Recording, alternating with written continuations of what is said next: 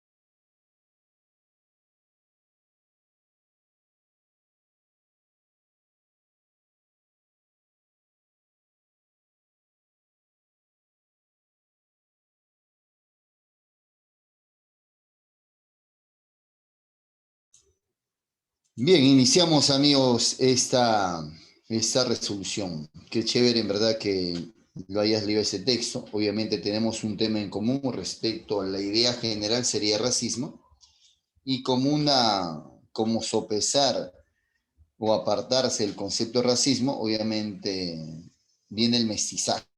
Entonces, con el mestizaje, evidentemente ya no se podría hablar del negro tal cual, ¿no? Sino evidentemente de una mezcolanza de raza. Ya. Pero el texto avanza mucho más allá. En la primera parte de este texto, ¿sí?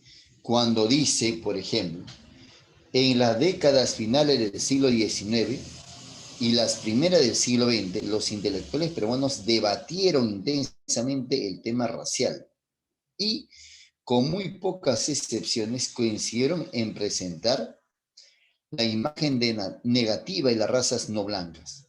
Obviamente por influencia, ¿no?, de la ideología europea, evidentemente los intelectuales también de esa parte del mundo coincidían en ello, ¿no? Lo cual era un craso error, obviamente.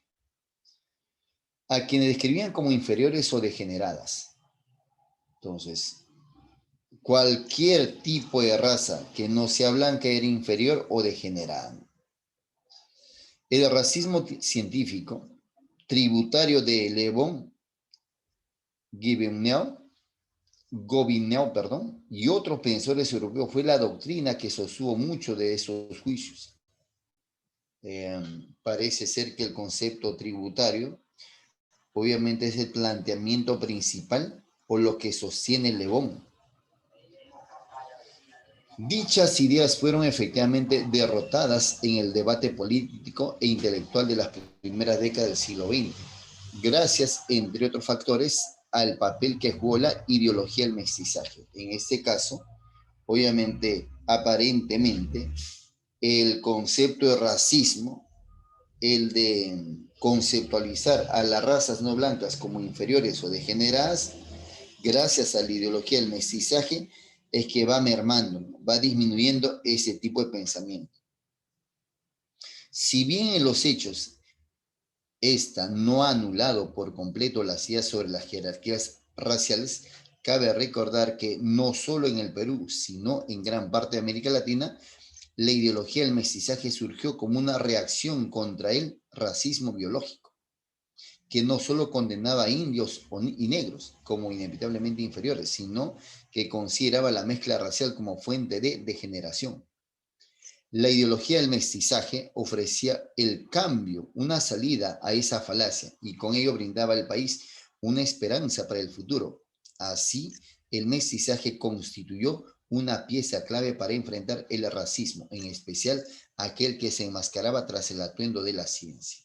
Entonces, en este primer caso, pues el autor está a favor de la ideología del mestizaje como una manera de desterrar o mitigar el concepto acre del racismo. ¿Qué dice el segundo texto? El mestizaje es una poderosa herramienta de movilización política y construcción de hegemonía. Al glorificar no la convivencia a razas distintas, sino el producto de su mezcla, refuerza la identificación de indios y negros como inferiores o, al menos, como estética o culturalmente deficiente. Así, el mestizaje pasa a convertirse en un programa excluyente que contradice precisamente una declarada votación integracionista. Esto permite entender por qué mejorar la raza sigue siendo un ideal compartido por amplios sectores de la población, quienes buscan así satisfacer ciertos ideales estéticos y sociales y culturales. Construir un país mestizo ha sido interpretado y asumido como un proyecto de mejoramiento racial o de blanqueamiento. Asimismo, en la mano con esta noción apareció una efectiva desvalorización de los grupos considerados inferiores o atrasados, precisamente porque no participan de la mezcla o no se han mezclado lo suficiente. Quienes quedan fuera de la celebración del Perú mestizo y se vuelven invisibles en las narrativas sobre su pasado, como un discurso de control social. El mestizaje oficial es construido implícitamente contra un grupo con otro indígena o afrodescendiente periférico, marginalizado y deshumanizado, quien con frecuencia desaparece en ese proceso. Es decir, el mestizaje no combate el racismo, lo potencia. En síntesis, mientras que en el primer texto hablan a favor de la ideología del mestizaje, que de alguna manera iba a mitigar, ¿no?, el concepto ácido sobre el racismo. En ese segundo texto más bien dice que lo refuerza, ¿no? O sea, el racismo, o en todo caso el mestizaje, refuerza la idea de racismo. En este caso, es lo que se busca más bien justamente es hacer mucho más patente, ¿no? O sea, tratar de mejorar por donde sea, ¿no?, la raza, hacerlo blanca. No sé qué hacemos, pero lo hacemos blanca esa raza. De eso trata el segundo texto. Es un texto obviamente recontra super hiper polémico. Mientras que en el primer caso hablan a favor, en este caso pues hablan en contra parcialmente del mestizaje. ¿Por qué? Porque evidentemente refuerza la idea de racismo. Se hace mucho más patente la idea de racismo. Vamos con la primera preguntita. Entre ambos textos se entabla una discusión en torno, yo creo que es evidente, ¿no?, en torno,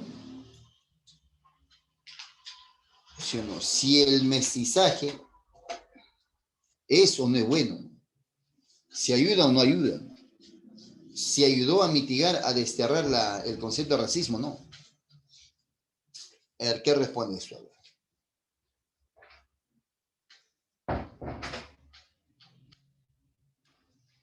Muy bien, no habla. En uno de los textos se habla de la importancia, pero en el otro no. Pero ambos textos, en el primer texto hablan a favor y en el segundo texto hablan en contra. En el segundo texto dice que a mí reforzó la idea de racismo, o sea, amplió mucho más, ¿no? O sea, fue mucho más ácido que en el primer caso. En el primer caso dice que fue importante porque de alguna manera disminuyó el concepto de racismo. Pero en el segundo texto dice que no, más bien reforzó, ¿no? O sea, se incrementó mucho más, se amplió mucho más la idea de racismo.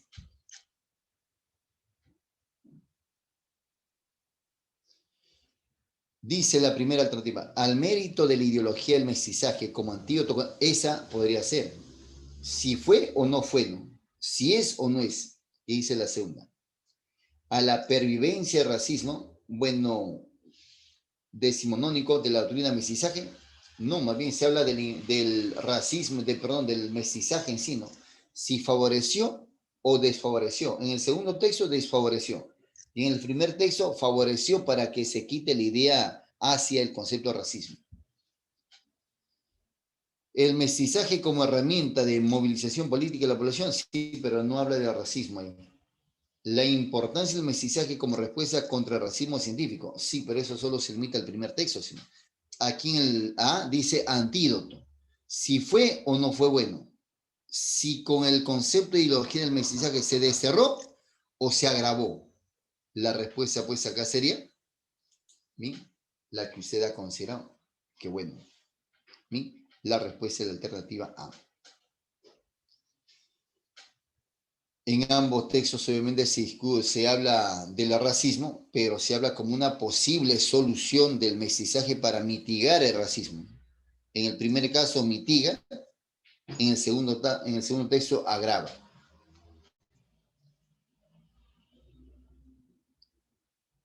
Pregunta 2.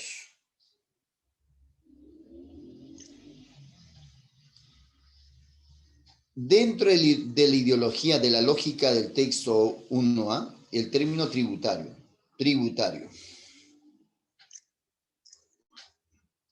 lo que os plantean, lo que os proponen, el concepto que ellos tienen sobre el concepto de racismo, en todo caso, sobre el concepto del mestizaje. Así es, muy amable compañero. La respuesta, bueno. Vituperio es insulto, agravio. Aquí la respuesta sería el concepto de... Perdón. Disculpen, amigos. ¿Sí? No, vituperio, no es insulto. Lo que os sustentaba, gracias, Kevin. Lo que os sustentaba, vituperio es insulto, agravio, ofensa. Lo que hacían los que propugnaban el racismo No es cierto. Ellos propugnan el racismo, ¿no? Ellos plantean eso. Era lo que ellos, en eso se basaban, ¿no? ¿Ven? Así, una chiquitita, ¿no? Mira. Ahí está, mira. Vamos a leer esa partecita, dice. Carambas. El racismo científico tributario de Le Bon, o sea, él lo propuso, ¿no? Él es su base, ¿no? Según él, dice, con muy pocas excepciones coincidieron en presentar la imagen negativa de las razas no blancas, ¿no? O sea, dijeron, ¿sabes qué? Le Bon dijo, ¿no? Los que no son blancos es una raza degenerada, es una raza inferior, ¿no? O sea, supuestamente, él, en eso se basa él, ¿no? Tributario es el basamiento que él tiene, ¿no? En eso se basa, en eso se sustenta, él cree que debe ser así.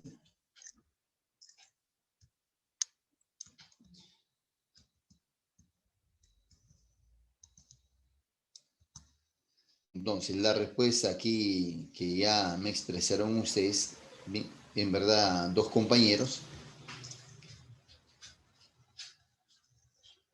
contribución no es su contribución, ¿no? En todo caso sería contribución al pensamiento de él, ¿no? Bien, así es, Camila. Gracias, te agradezco. La respuesta, pues, es el fundamento. Fundamento. Es lo que ellos se basan.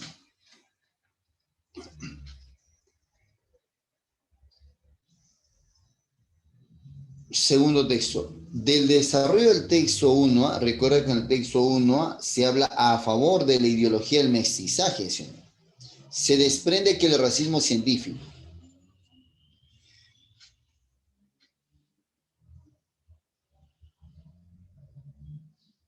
Bien, muy amable amigo, gracias.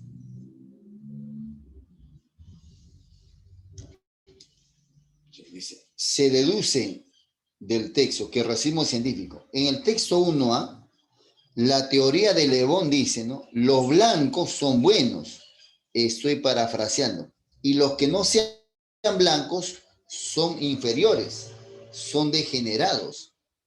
Es una raza que ha sido degenerada, eso dice.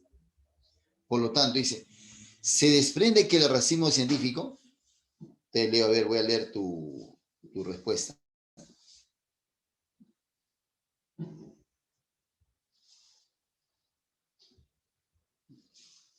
Bien, hay una respuesta que me han dicho bien. Para el racismo científico, los blancos son buenos. Los que no son blancos, bien, son malos o degenerados. O si él determina eso, ¿no? Él clasifica así, él asume eso. La respuesta entonces ponía en práctica una lógica determinista de catalogar a las poblaciones. Esa es la respuesta. La respuesta es la D de dado.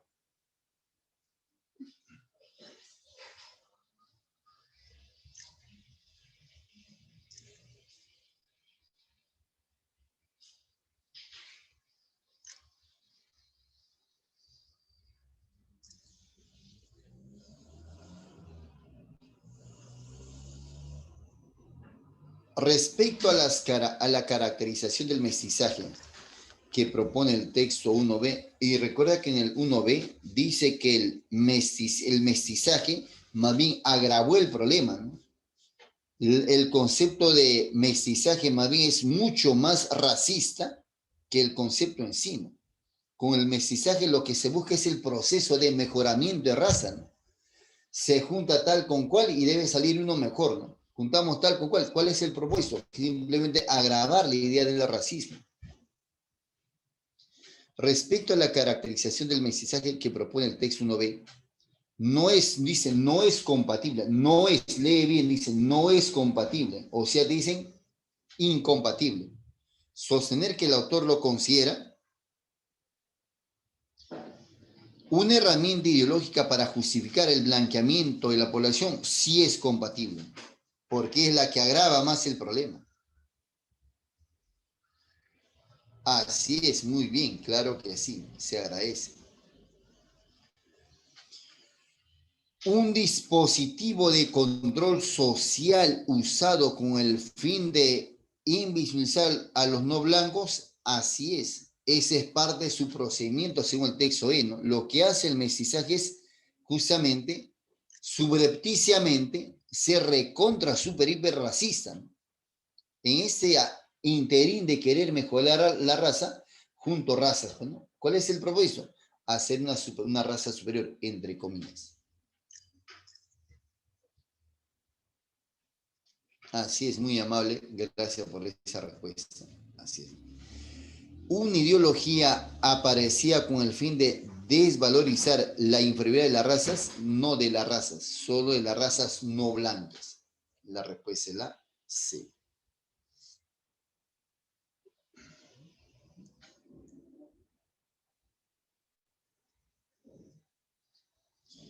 Pregunta de extrapolación, dice.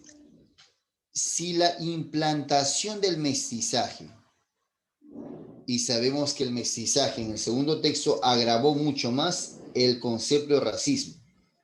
En el primer texto, el autor dice que Mavi ayudó a que desapareciese un poco el concepto de racismo. Si la implantación del mestizaje hubiera significado una apuesta por la convivencia de lo diverso, entonces hubiera sido pues un concepto que ayuda de manera encima. Entonces la respuesta acá sería.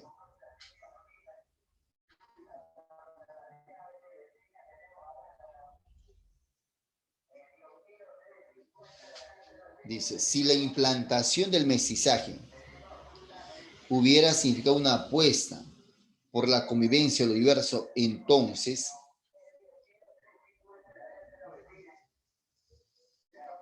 bien, así es, excelente. Claro que sí. Muy bien. Sería insostenible aducir que mejorar la raza es un ideal social imperante. ¿Sí? La respuesta sería pues aquel. Y aquí a esta imagen le puse pues algo loco. ¿Sí? Ahí está tu subrespuesta A. O sea, en síntesis, que desaparezca el racismo. Pero aquí se habla netamente del concepto físico, ¿no? Pero tú sabes que el racismo tiene mucha más aristas, ¿no? Y creo que es el segundo texto que vemos acerca del racismo. La semana pasada, si no me equivoco, vimos en otro texto referido al racismo, ¿no? Pero a un racismo justificado, ¿te acuerdas? Yo me acuerdo bien de ese texto, ¿no? Cuando supuestamente un actor blanco no quería personificar a uno de raza negra y evidentemente no le permitían hacer ese papel por ser blanco, ¿no? Porque el director de esa película necesitaba actores negros. Y a pesar que él aducía que sí podía hacer el papel de negro, simplemente no le permitieron, ¿no? En ese caso era un racismo justificado, decía el texto, ¿no? Y en verdad hay una variedad de racismo, una variedad de racismos, tipo de racismos. Entonces me gustó la animación. Lo voy a poner otra vez. Digamos. Segundo texto. A este segundo texto simplemente es un texto continuo, si no me equivoco. Es un texto mixto. Ah, chévere, texto mixto. Y no te olvides que en este texto, igual, ¿no? Primero las preguntas y luego el texto en sí. ¿Sí? El tema central del texto, no te olvides. Si quieres encontrar rápido el tema, analiza las alternativas de esta pregunta, de la idea principal, el tema central o el tema nada más. Y va a haber una frase, una palabra que se repite constantemente. Ese es el tema del texto, ¿no? Con él se vincula el tema central. Esa es otra manera de hallar el tema o hallar el tema central del texto que usted recién va a leer, ¿no? Obviamente son estrategias, ¿no? Que uno debe recurrir a todas las armas, habías y por haber, para hacer lo mejor posible un texto. Entonces es una manera de hallar el tema o el tema central. Eso no me quita más de un minuto, pues.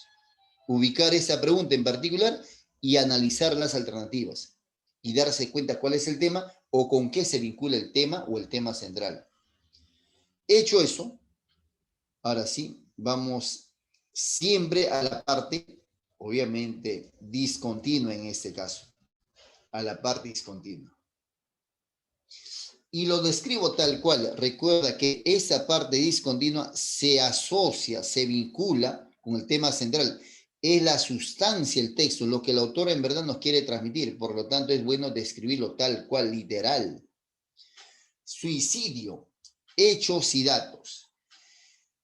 El suicidio es la segunda causa de defunción entre las personas de 15 a 29 años. Así es. La mortalidad por suicidio es superior a la mortalidad total causada por la guerra o por homicidios. La gente tiende más a ese debacle emocional y conllevar a terminar con su vida. Bueno, particularmente yo pienso que el que se suicida es un cobarde, de verdad que sí. Ahora, más allá, digo, es particular, yo no terminaría con mi vida. Yo no terminaría con mi vida, pero hay personas que evidentemente sí precisan apoyo y terminan matándose. Pero tú sabes que en alguna época de nuestra historia humana, estaba prohibido el suicidio. Era penado el suicidio. Más de 800,000 personas se suicidan cada año. Una muerte cada 40 segundos. Y seguramente eso se ha agravado mucho más en estos 2 años que ya llevamos con esta pandemia. 57%.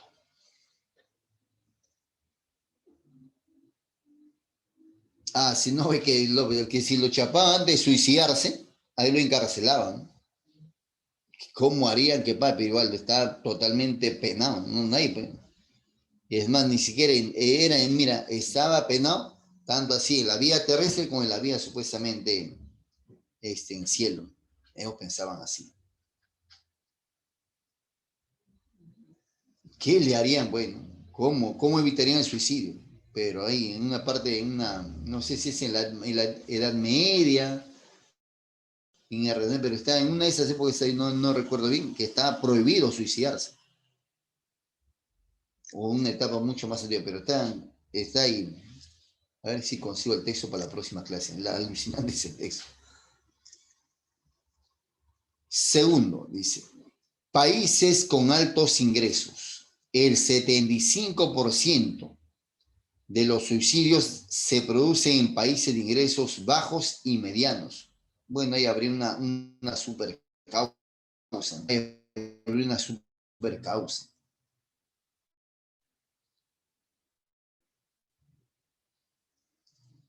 ¿Cómo suele suicidarse la gente? Suicidas, el ahorcamiento y las armas. Las armas de fuego son los métodos más habituales empleados en el mundo.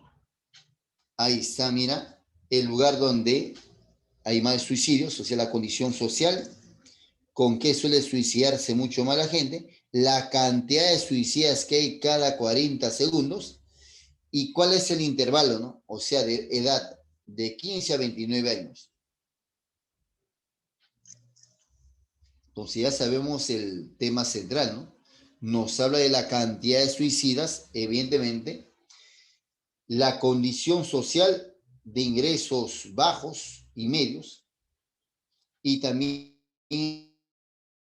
hay, pero el fatal es lo que tiene bien de... Vamos a la parte continua.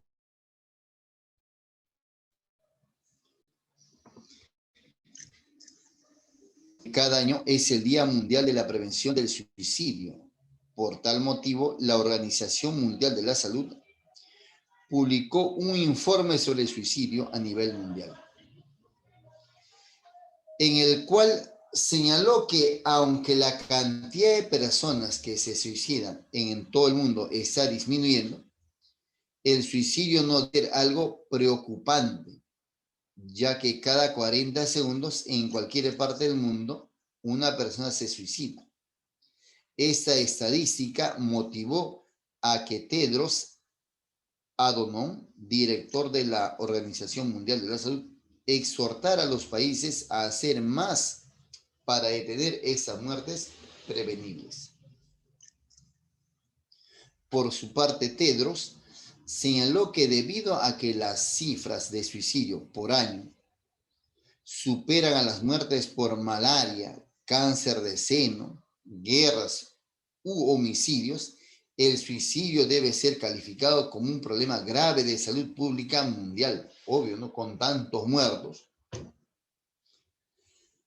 Acotando además que fueron los hombres los que cometieron más suicidio que las mujeres. Y uno creía, mire, y uno pensaba al revés, ¿no? Uno creía que el débil emocionalmente hablando era la mujer, ¿no? Más bien es el varón, ¿no? Dice acá, ¿no? O sea, mentalmente la mujer es más fuerte que el varón. Del texto que leímos de los hemisferios, ¿sí o no? En la mujer, en los hemisferios, había una interconexión. En cambio, en los varones no había entre los hemisferios interconexión. Ahí está el sustento.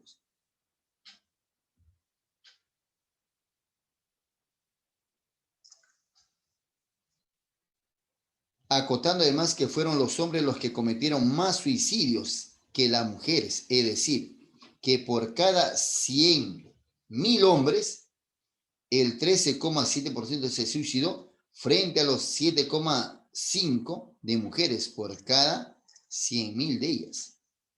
Asimismo, sostuvo que pese a que el 79% de los suicidios en el mundo ocurrieron en países de bajos y medianos ingresos, los países de altos ingresos tuvieron la tasa más alta, con 11,5 por 100.000 habitantes. Entonces, en todas las clases sociales hay suicidio, por diversos motivos seguramente, pero todo eso conlleva evidentemente a una salud mental que seguramente no estamos encauzando correctamente, ¿no? Por eso terminan las personas suicidándose. ¿Bien? Hay que tener mucho cuidado, ¿no? También hay que tener salud mental, ¿no? En ese aspecto yo admiro a mi esposa porque ella suele pensar y hablar de ello. Y nosotros somos pedagogos. Y un pedagogo, o sea, el profesor, en los primeros siglos hace psicología, pero recontra, súper hiper básica, ¿no?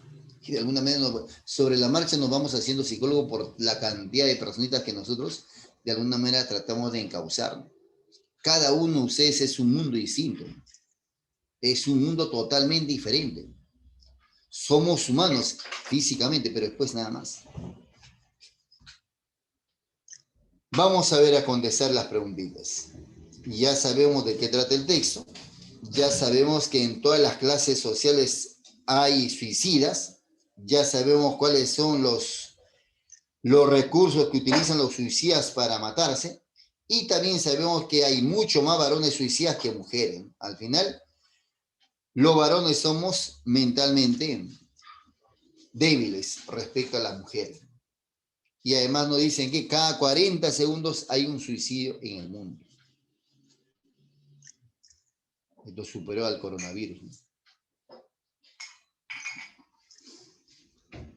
Bien, dice la pregunta unos. El tema central, uy, el tema central está con la imagen, ¿no? El tema central, vamos, lúcete y vamos, sorpréndeme. Porque yo creo en ti, ¿eh?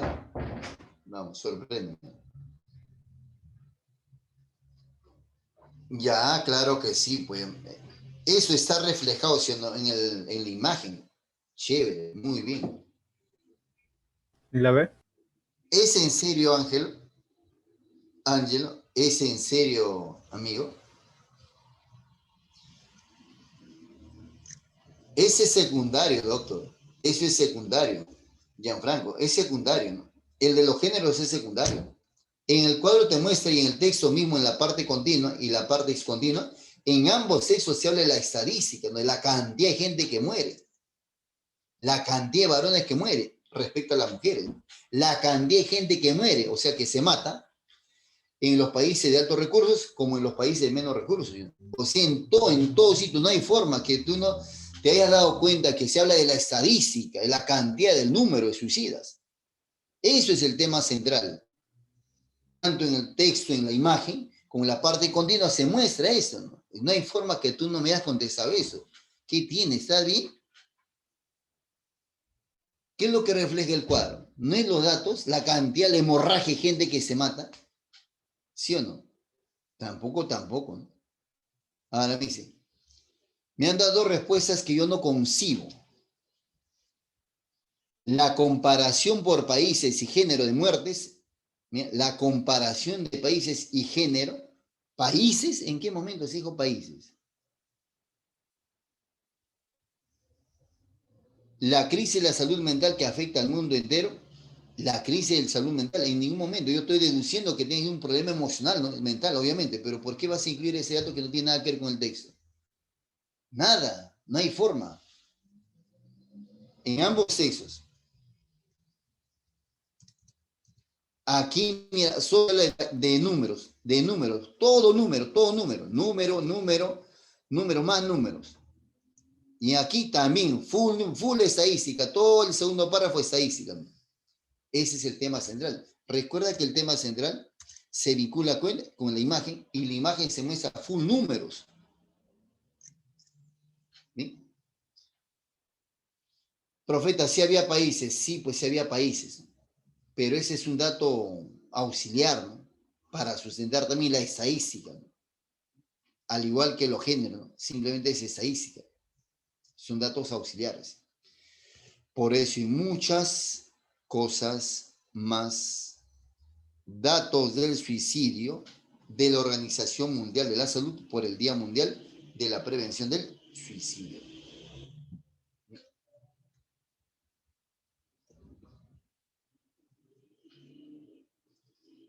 A ver, segundo texto, vamos a ver, vamos. Ahí está.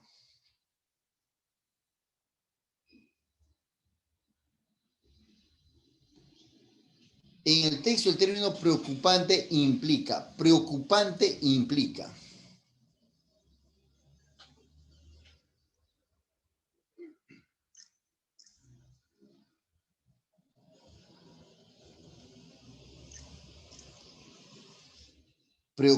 implica, así es. Preocupante. Muy bien. Así es. Muy bien, Kevin. Claro que sí, Ricardo.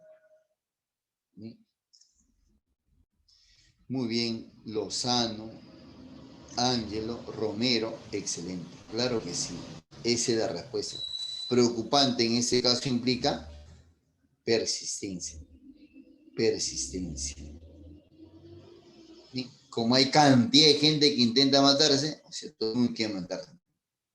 La depresión.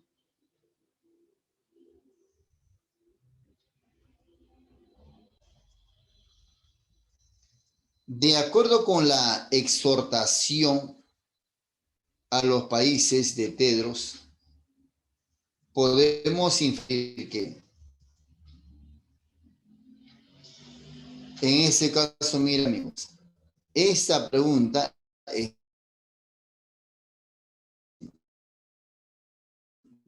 obviamente yo tendría que ir o subrayar la parte donde está esa pregunta. De acuerdo con la exhortación a los países de Tedros, podemos inferir.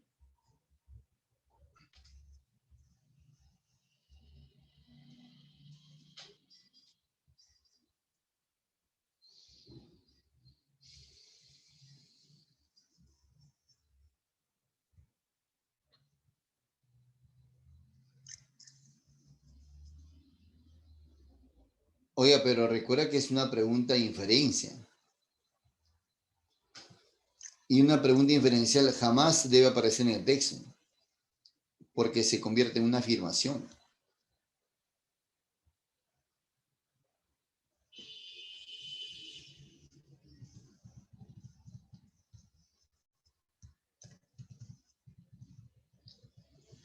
¿Qué dice Tedros? Mira acá. Observa, regresé acá, Tedros. Primer párrafo. Ya que cada 40 segundos en cualquier parte del mundo una persona se suicida, esta estadística motivó a que Tedros exhortara a los países a hacer, dice, exhortara a los países a hacer más para detener estas muertes prevenibles. Por su parte, Tedros señaló que debido a que la cifra de suicidios por año supera las muertes por malaria, cáncer de seno, guerras u homicidios, el suicidio debe ser calificado como un problema grave de salud pública mundial, acotando además que fueron los hombres los que cometieron más suicidios que las mujeres, es decir, ya se muestra el dato C6.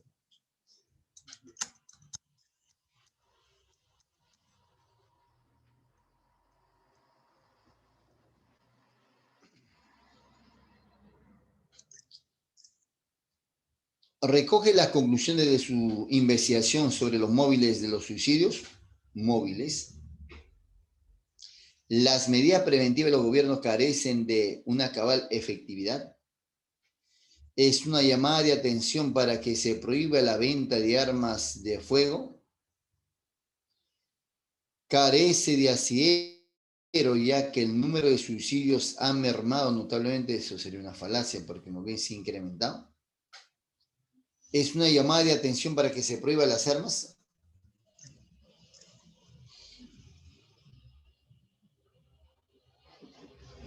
Bien, la respuesta a esa pregunta 8 sería, ¿sí o no? El Estado no está haciendo casi nada. Muy bien esa respuesta.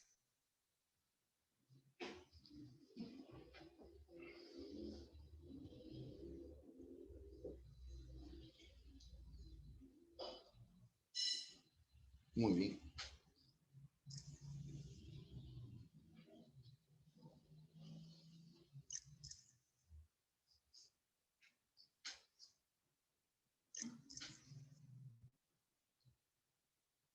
Pregunta 9 dice. De acuerdo con la información expuesta en la infografía, es incompatible afirmar que los suicidas. Incompatible.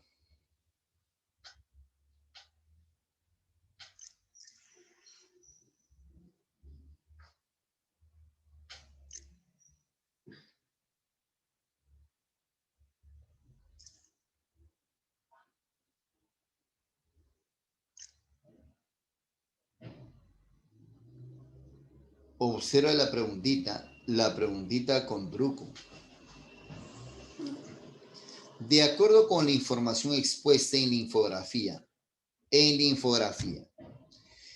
es incompatible afirmar que los suicidas logran cometer su acto soslayando, o sea, evitando, evadiendo la ingesta de sustancias tóxicas porque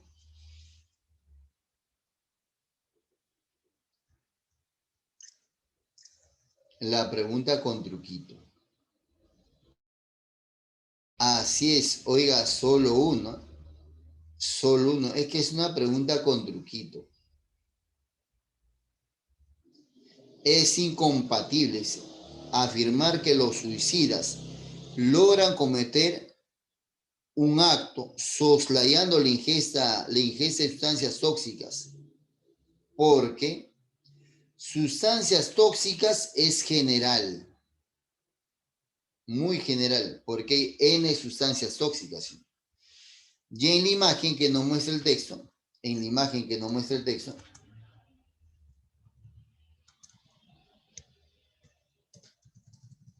mira que te muestra el texto, dice, plaguicidas.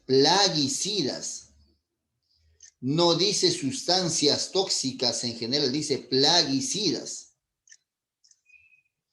¿No es cierto? Luego vienen los ahorcamientos y las armas de fuego.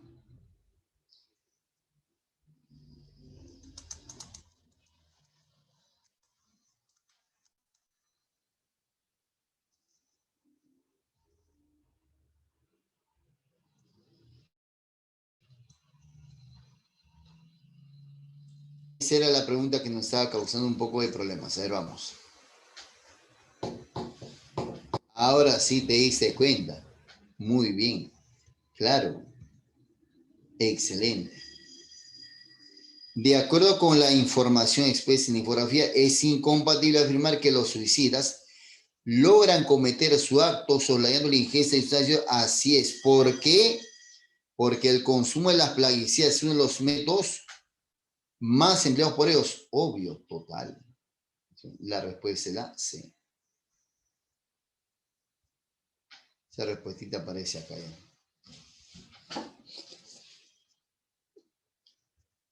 Pregunta 10. Dice, si las muertes por intoxicación por drogas fuesen superiores a las provocadas por cáncer de mama, la malaria, homicidios y guerras, es posible que, evidentemente, las causas posibles como suicidio o como muertes, evidentemente, ya sería equiparable. ¿Sí o no?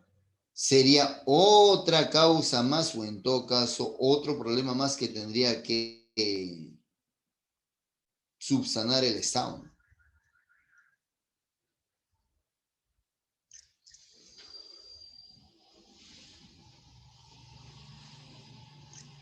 Muy bien, ya tenemos una respuesta. Una respuesta. Ahora están comparando que si la muerte por intoxicación fuese superiores, entonces nos hemos grabado, mira, nos hemos ganado otra causa más que tenemos que superarlo.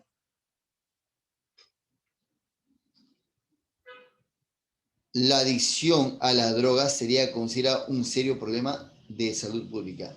Esa sería la respuesta. Esa sería la respuesta.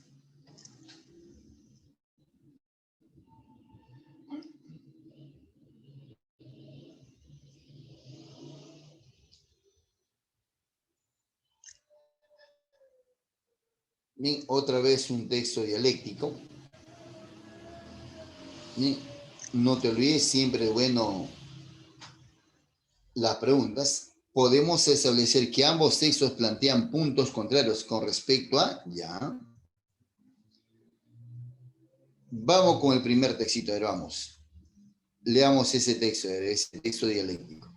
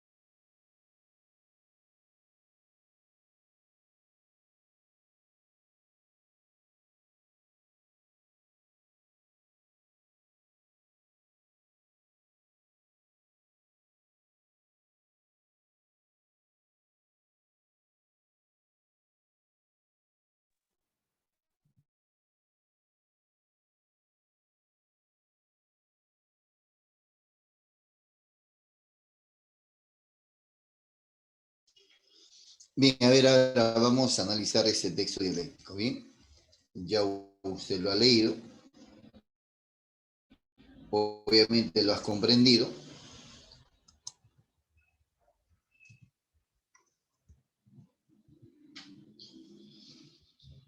La perspectiva egocéntrica, o sea, ser el centro de atención, tú ser el centro, solo tú,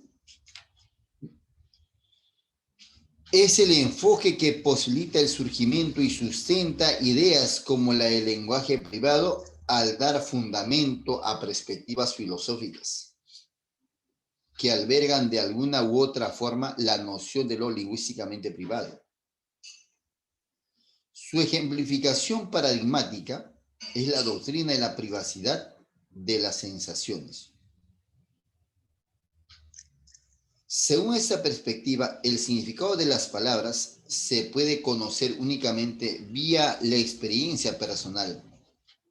El hablante puede lograr aquel conocimiento debido a que conoce el objeto al cual la palabra hace referencia, que es aquello que le otorga significado. Si tú ves en esa primera parte, hay una postura, no es cierto, netamente psicológica, proceso el aprendizaje del lenguaje, la asociación de significado significante. No existe uno independientemente del otro. Aquí, obviamente, si tú aplicas tu teoría del signo lingüístico, de hecho que vas a comprender más fácilmente este texto.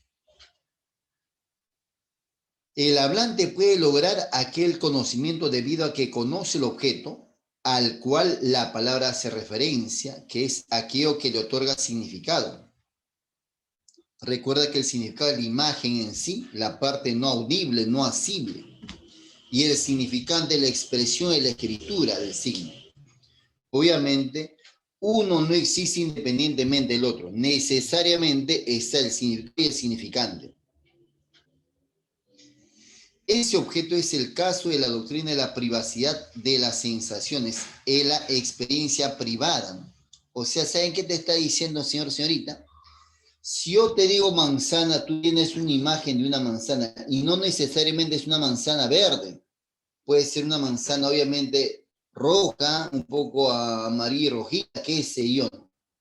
Pero cada uno tiene un concepto del signo al cual está referido. Yo te digo taza, no necesariamente pues es una taza blanca y con aceite y qué sé yo, ¿no? Cada uno tiene una imagen propia de las cosas, ¿no?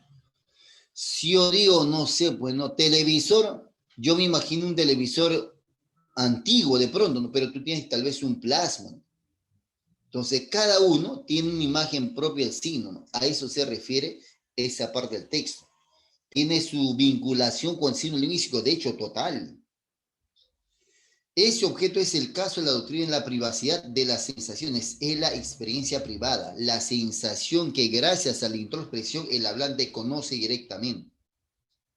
Por otro lado, para el enfoque egocéntrico, las sensaciones son objetos privados.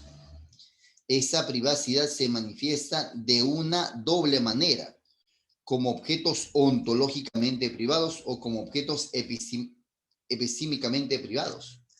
Son ontológicamente privados en el sentido en que su posición es privada, es decir, cada cual posee sus propias sensaciones de las cuales otro no puede ser partícipe o dueño de sí mismo. Claro, y aquí ya, por ejemplo, tiene que ver el sentido connotado denotado. Una cosa es decirte, ¿sabes qué? Lo dejaron frío de 3 balazos, o se ha muerto, tienes que hacer inferencia. Yo consigo así, ese es el sentido que yo le quiero dar a esa palabra frío. Y otro simplemente dirá, no, lo dejaron muerto de 3 balazos. Entonces, cada uno le da un sentido, ¿no? Ya aparece el sentido connotado. ¿Sabes qué? No sé, pues María estás hecho una vaca, ¿no? Ahora, ¿qué te refieres con qué le quisiste decir a María? Está subida en peso, María es recontra holgazana, ¿qué cosa le quisiste decir? No solo la persona sabe qué cosa le quiso decir, ¿no? Ahora, tú puedes decir, no, profe, le dijo gorda, ¿no? ¿Quién te ha dicho? Eso es lo que tú crees. Tal vez yo le dije, ¿sabes qué? Como es recontra poltrón, o sea, es una poltrona, una dormilona, narón, arón. ¿Sí o no? Entonces, eso es lo privado, ¿no? Entonces, lo privado, evidentemente, pues tú puedes deducir lo que estoy pensando, no es así, ¿no?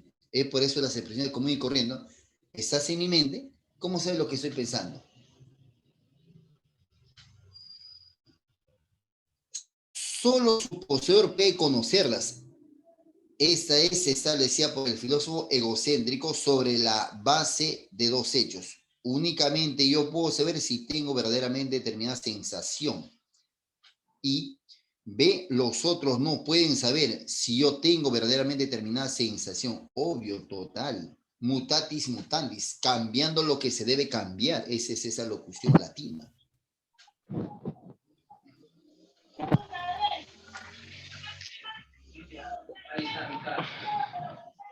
En la tradición filosófica se ha mantenido la idea de que si algo pertenece al ámbito privado de una persona, es inaccesible para cualquier otra. Esto es solo esa persona tiene conocimiento de aquello que pertenece a su ámbito privado. Obvio, está reforzando la idea anterior. Dicho de otro modo, si una sensación pertenece al ámbito privado de X, únicamente X sabe si está aconteciendo dicha sensación o un determinado momento. Wittgenstein se opone radicalmente a esto. Por eso realiza una crítica a una idea de que solo el propietario de las sensaciones sabe que tiene una determinada sensación. Al respecto, él dice, usar el concepto saber en el contexto del ámbito privado es en cierto modo falso. Es falso porque no hay respuesta a la pregunta de qué sé cuando digo, por ejemplo, sé que tengo dolor. Yo no sé nada cuando tengo olor, yo solo lo tengo. Por el contrario, si hay una respuesta a la pregunta de qué sabe en juegos de lenguaje, como lo sientes, si a un profesor que ha enseñado a leer a su alumno y que ha visto grandes progresos en él, se le pregunta, ¿qué sabe su alumno? El profesor contesta, pues leer, ¿no es cierto? Pero yo estoy abocándome solamente a ese aspecto, ¿no? Quizás el alumno sepa muchas más cosas, ¿no? Yo me estoy abocando a la función que yo hice para con él o con él. O cuando tú vas al médico y dices, no, ¿sabes qué me duele, no? ¿Qué te duele? La barriga, ese dolor es fácil, pero doctor, pero médico, ¿no? Le dice, doctora, tiene válido, doctora, ya cambió el significado. Pero ¿cómo sabes que ese dolor es leve? Bueno, porque todo eso es una inducción, ¿sí? O sea, solo la persona sabe cuál es la sensación. Ahora, el médico puede hacer inducción, claro que sí.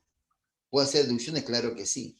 Pero él no sabe a ciencia cierta, en verdad, que tal o cual dolor está asociado a un determinado, pues, o quizás la característica del dolor. Ahora, ¿puede saber otras cosas? Seguramente que sí.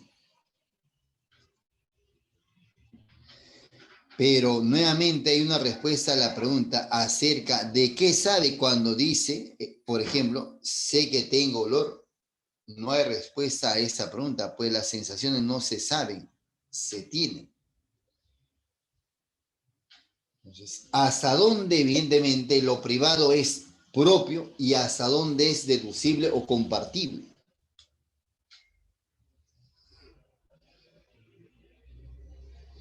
Dice la pregunta 1. ¿Podemos establecer que ambos sexos plantean puntos contrarios respecto a?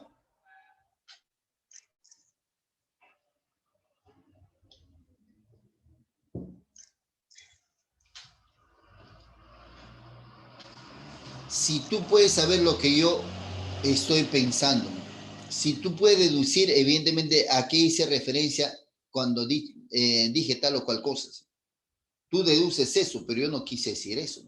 Eso se está discutiendo acá.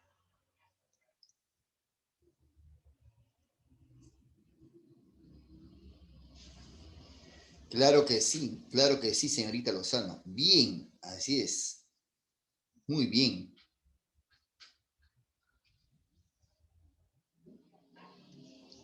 Vamos, una respuesta correcta. Y el texto no es sencillo, muy,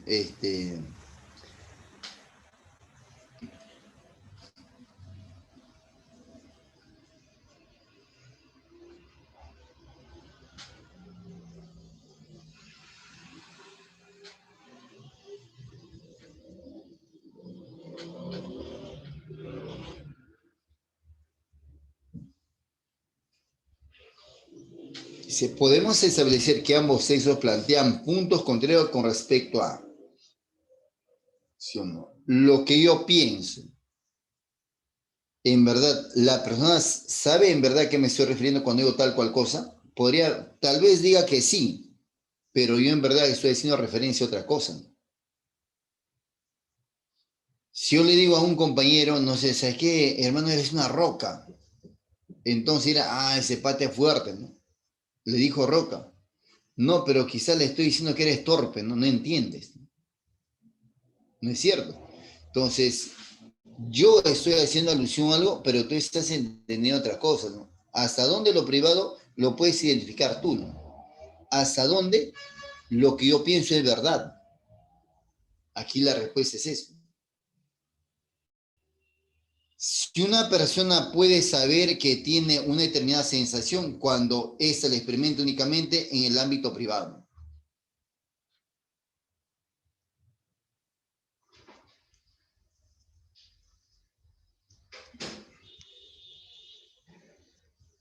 Así es, compañero Castro, la respuesta.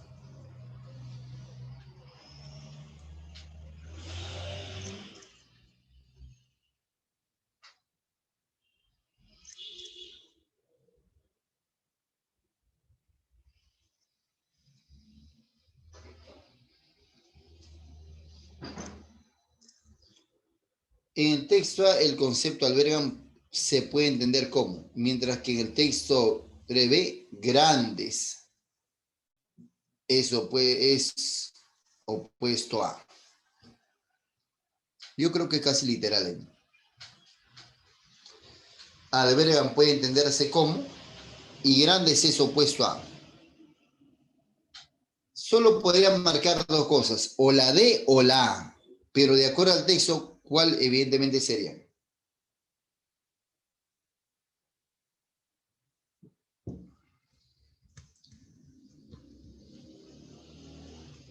Así es, muy bien, claro que sí, total. Muy bien, bravo. Excelente. Es válido inferir de la postura del texto 3b que para Wittgenstein, él de alguna manera hace una oposición parcial al texto 3a.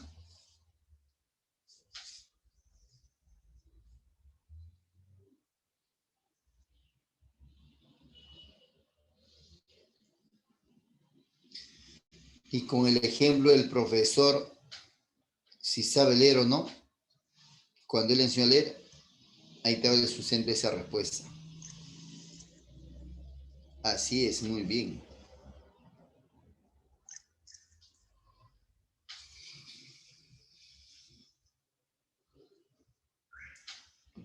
Ese sería lo contrario a lo que él piensa. La respuesta es, uno puede saber, por ejemplo, si alguien ha aprendido a manejar una bicicleta, claro, porque lo puede ver, ¿sí o no?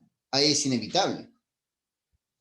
Uno puede ser leer porque te lo voy a mostrar, pero tú puedes saber lo que estoy pensando, no. Ahora tú puedes saber cuando dije el ejemplo, no sé, de que María está haciendo una vaca, ¿no? Tú tienes un sentido, pero en verdad yo quiero decir otra cosa, ¿no? En ese caso no se puede comprobar. En cambio, si uno no sabe que esa persona sabe manejar bicicleta, de hecho que sí lo saben, y maneja y te demuestra. Estás en lo cierto. Yo también. Sabe leer y lee, de hecho que está en lo cierto. Y es así. La respuesta es la de dadito.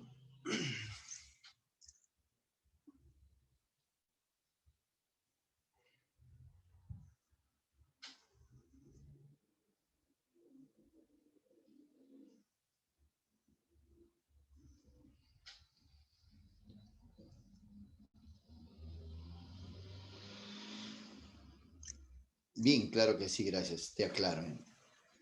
Para ti con cariño. Dice lo que estaba diciendo. Es imposible aprender a saber cómo nos sentimos, salvo ciertas excepciones. En el texto 3b, en el texto 3b, donde justamente está el personaje aquí, el filósofo Ludwig Wittgenstein, dice, ¿no? Literal.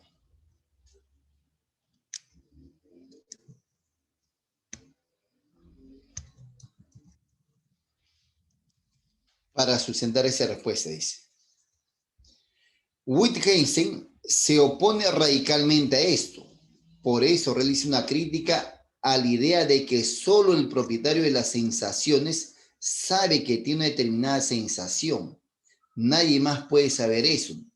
Tú puedes deducir tal vez, pero tu deducción no necesariamente es real, se vincula con lo que estoy pensando.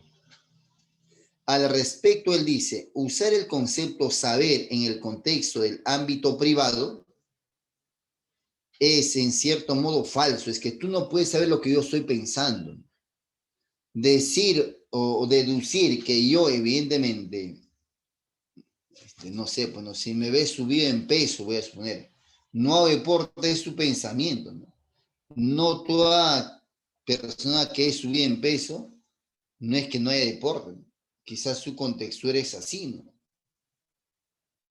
Pero tu pensamiento, en todo caso, lo que tú percibes, no necesariamente es verdad, ¿no? Entonces, tú no puedes saber lo que yo estoy pensando.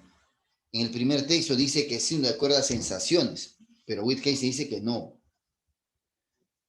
Más aún dice, es falso porque no hay respuesta a la pregunta. ¿De qué cuando digo, por ejemplo, sé que tengo olor, no sé nada cuando tengo olor? Tú no puedes saber cuál es mi olor. Quizás simplemente tengo un dolor, una sensación, pero no dolor en sí. ¿Y sabe dónde uno se hace más patente aquí, no? En esa parte? Por el contrario, si hay respuestas a las preguntas de que se sabe en juegos de lenguaje, como por ejemplo aún. Sí, hay cosas tan evidentes que yo no, eso sí, tú lo puedes saber, ¿no? Y lo que pone el ejemplo. ¿Qué sabe tu alumno? Leer. Y el alumno lee, evidentemente estás en lo cierto, ¿no? Si tú dices que ese alumno sabe leer, efectivamente, y está leyendo, estás en lo cierto, ¿no? Eso es inevitable, ¿no? Pero mi pensamiento no, ¿no? Cuando yo evoco algo, no necesariamente. A eso se refiere. Y por eso la respuesta acá, cuando dicen, ¿no? Es válido inferir que de la postura del texto 3b que para Wittgenstein es imposible aprender a saber cómo nos sentimos, salvo en ciertas excepciones, no. Si uno sí es posible saber, lees, sí leo, y te demuestra leyendo. La respuesta, pues, a esa preguntita era la de Dado.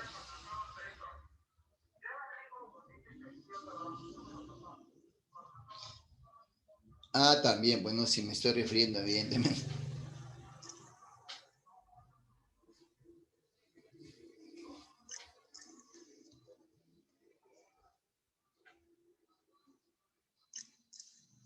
Pregunta cuál dice, no se condice con la posición del texto A, no se vincula con la postura del texto A.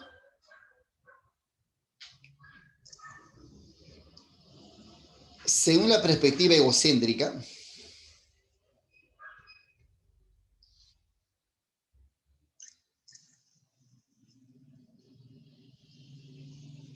muchas cosas influyen, ¿no? Obviamente. El tipo de alimentación, ¿no?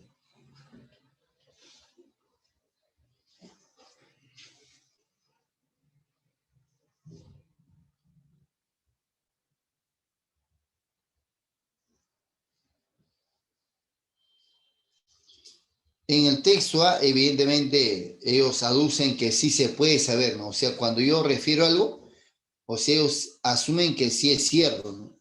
Y Wittgenstein dice que no es cierto, tú no puedes saber, o sea, las cosas privadas que yo quise mencionar o decir. Que en el primer texto dice que sí.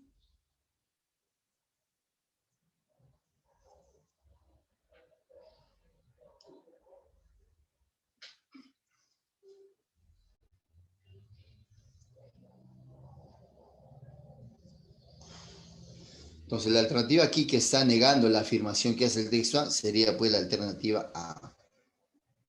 ¿La postura del lenguaje privado imposibilita la privacidad de las sensaciones? No.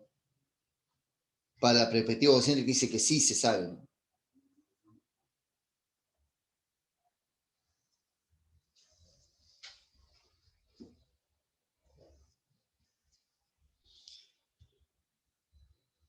Pregunta 5. Dice, si se demostrara que el cerebro humano es capaz de procesar conscientemente la capacidad de sentir dolor o reflexionar acerca de esta sensación, entonces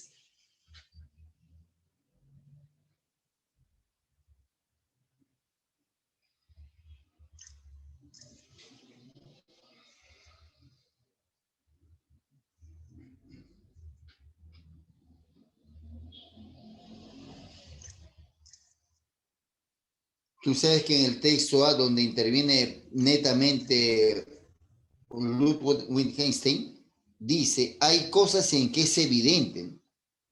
Obviamente, si me dices que aquella taza con café está caliente y efectivamente está caliente, es inevitable, ¿no? Estás en lo cierto. Si yo digo que aquella persona está manejando o está conduciendo un vehículo y está conduciendo, estás en lo cierto, pero no todo es así. Hay cosas en el pensamiento de uno que no se puede comprobar, ¿no? Si se mostrara que el cerebro humano es incapaz de procesar conscientemente la capacidad de sentir dolor o reflexionar acerca de esa sensación, entonces, en este caso, la postura del texto Treve se veía fortalecida ante tal hallazgo, porque es lo que está diciendo, pero con otras palabras. La respuesta a esa pregunta última, la postura del texto Treve se vería fortalecida ante tal hallazgo. ¿Por qué? Porque estaría diciendo que hay cosas que es evidente y hay cosas que no son tan evidentes, donde solamente la gente induce, pero no es cierto.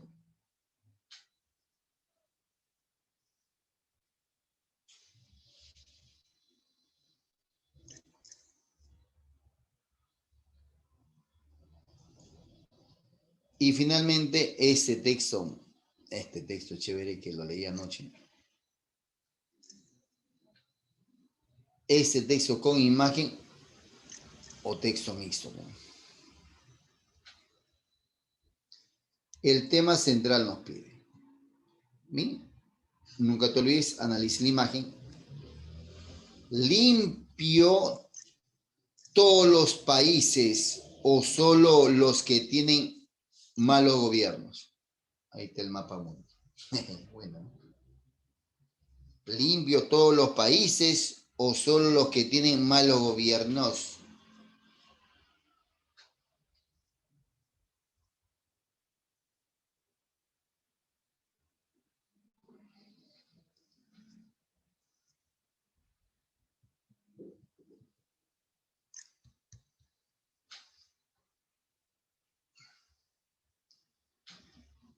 El problema de la corrupción ha venido consolidándose como prioridad en la agenda política de Latinoamérica. Eso dicen. Tú sabes que la corrupción es bien complicado de cerrarla del ámbito político. Tendría que desaparecer todos los políticos o simplemente que no exista política. Aunque la política bien causada es bastante maravillosa, pero con los humanos que tenemos en ese aspecto o en ese contexto, es complicado tener o que no haya corrupción. El problema de la corrupción ha venido consolidándose como prioridad en la agenda política de Latinoamérica, razón por la cual, bueno, no sé cómo se lee esto, pero dice, ¿no? Inside, debe ser así, crimen, a fin de querer erradicarla exitosamente de la región, explora 5 propuestas que podrían aplicarse incluso en los países libres de ella. Fortalecer la independencia judicial, aún con la injerencia de entidades internacionales, para asegurar el sostenimiento de los derechos humanos, como ocurrió en Guatemala cuando se estableció una comisión internacional auspiciada por la ONU. Tras la maniobra,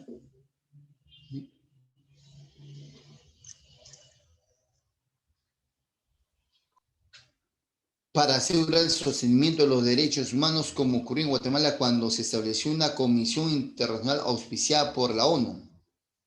tras las maniobras que hicieron miembros corruptos de la élite para favorecer a candidatos que posteriormente los protegían.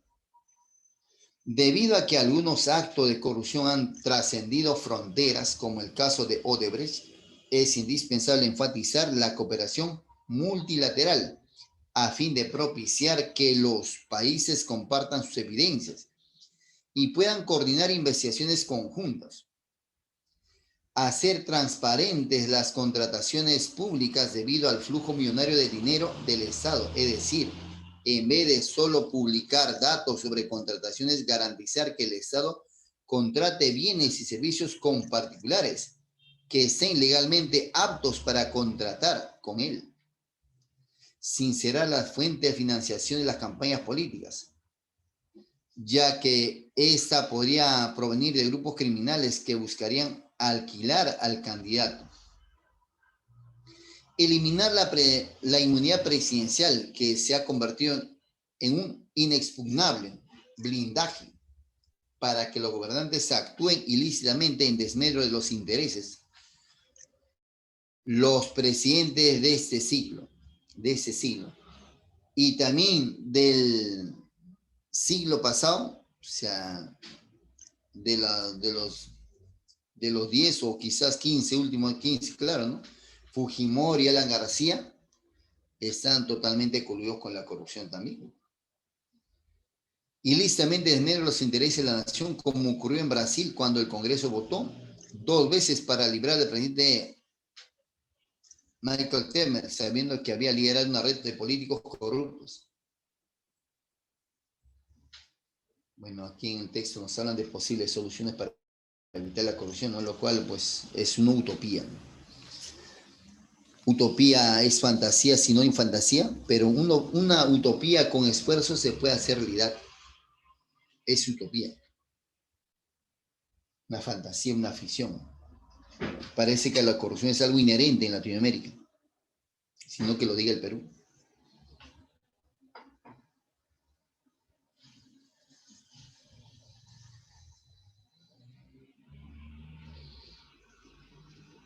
El tema central del texto es, ya está, pues, ¿no? La imagen y lo que plantea el texto continuo en este caso. Así es, muy bien, claro que sí. Muy bien, doctor, claro que sí.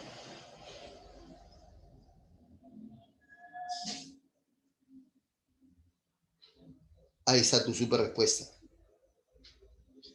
Inexpugnable tiene recontra sencillo, inexpugnable.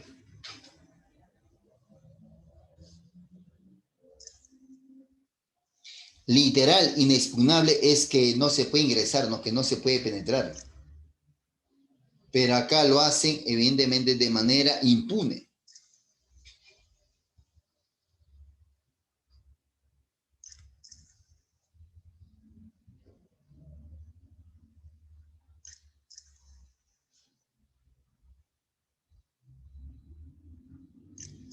Es en serio escrupuloso. Escrupuloso es que tiene vergüenza, que tiene escrúpulos. Nada que ver con escrupuloso, nada, nada. Así es, obviamente una connotación negativa. Desvergonzado, impúdico.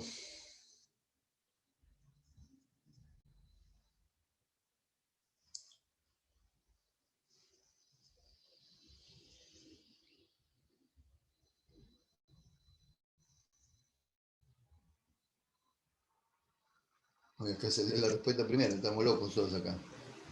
¿Qué es eso?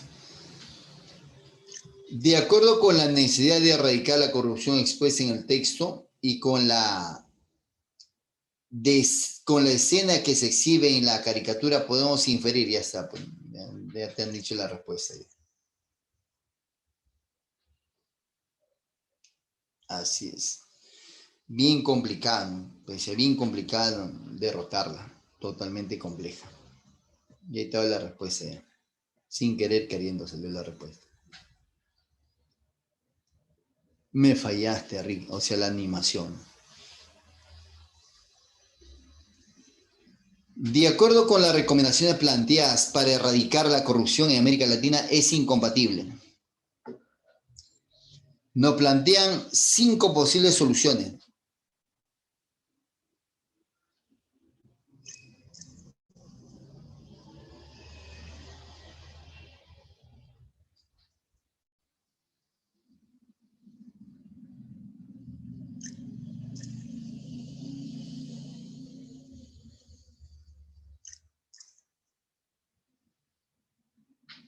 ¿Cuáles son las soluciones? Esa te pregunta, ¿cuáles son las soluciones? ¿Cuáles son las soluciones que plantea Einstein Krim?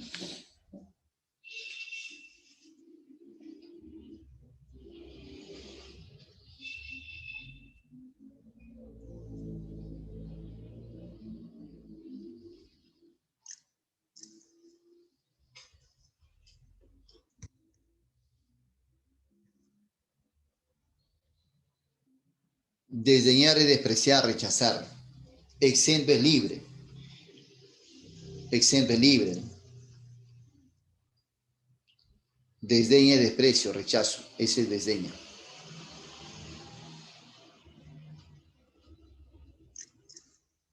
Obvio, esa no tiene nada que ver. No tiene nada que ver con el planteamiento que se hace en el texto acerca de los 5 elementos que plantea en este caso Einstein Krim. ¿No es cierto? Es la respuesta. Caso de corrupción como Odebrecht, trasciende la frontera, nada que ver, ¿no? Eso no es una solución que plantean para desterrar la corrupción. Ahí está la respuesta, ya apareció.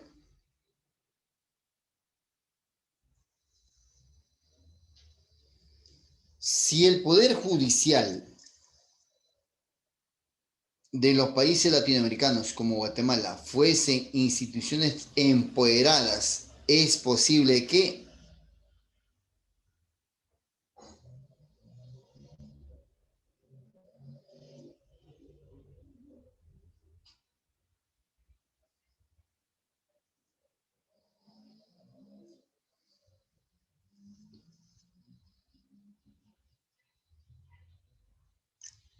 ¿sí o no? No habría que recurrir, obviamente, a un organismo internacional para que nos defienda.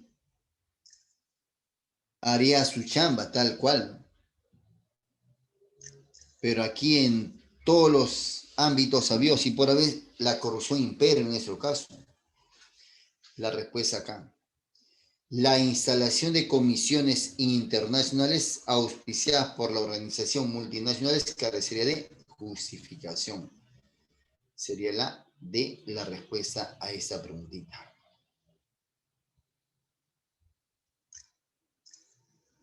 Hemos desarrollado los libros que están, perdón, los textos que están en su material. Ahora vamos a desarrollar las preguntas de series, ¿no? A ver hasta dónde avancemos. Nada más, ya estaba todo esto hecho ya.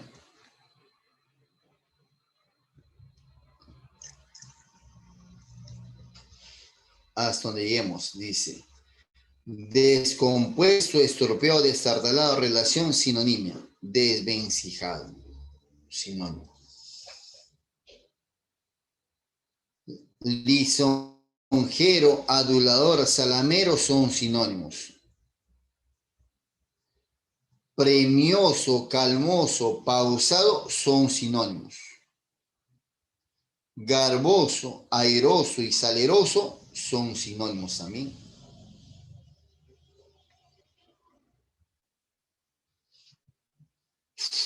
Farisaico, hipócrita, sinónimos. Resuelto, ariscado, sinónimos. Bruñido, brioso, sinónimos. Y hay sinonimia en la A. En la A. Ahí hay sinonimia. Profeta, en la B hay antonimia. En la C no hay relación porque paria es alguien que está apartado, separado. Y plebe subordinado. Villano digno, antónimos. Craso, delgado, antónimos. Craso es grande, grueso, gordo. Sentencia, adagio, aforismo, relación. En verdad no son sinónimos, pero en verdad habría un caso de cohiponimia porque son tipos de Expresiones. Bien, tipo de expresiones. Así es, muy bien. En la 4 es apotegma. ¿Qué cosa es un apotegma, una sentencia, o qué cosa es un adagio? Son sinónimos en este caso, es pareció un refrán. Pareció un refrán.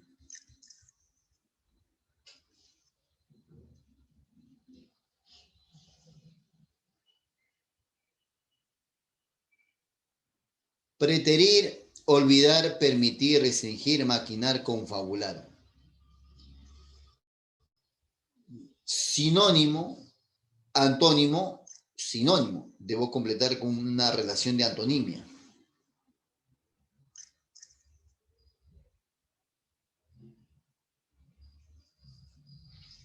¿Y eso qué sería? Dilatar e encoger. Ahí hay antónimos. Triquiñuela, subterfugio, candidez, inocencia, alevosía, perfidia. Sinónimo, sinónimo, sinónimo. Sinónimo, sinónimo, sinónimo. Ni letargo, modorra. Sueño profundo.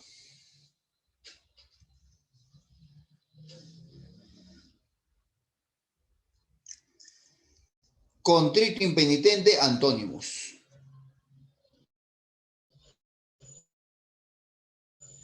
Salaz, casto, antónimos. Antónimo, antónimo, antónimo.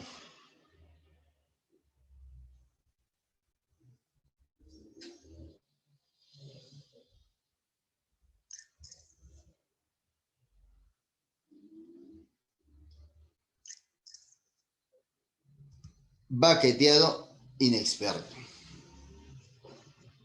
Intravertido, taciturno, soporífero, entretenido, sinónimo, antónimo, antónimo y antónimo. Antónimo, antónimo, antónimo.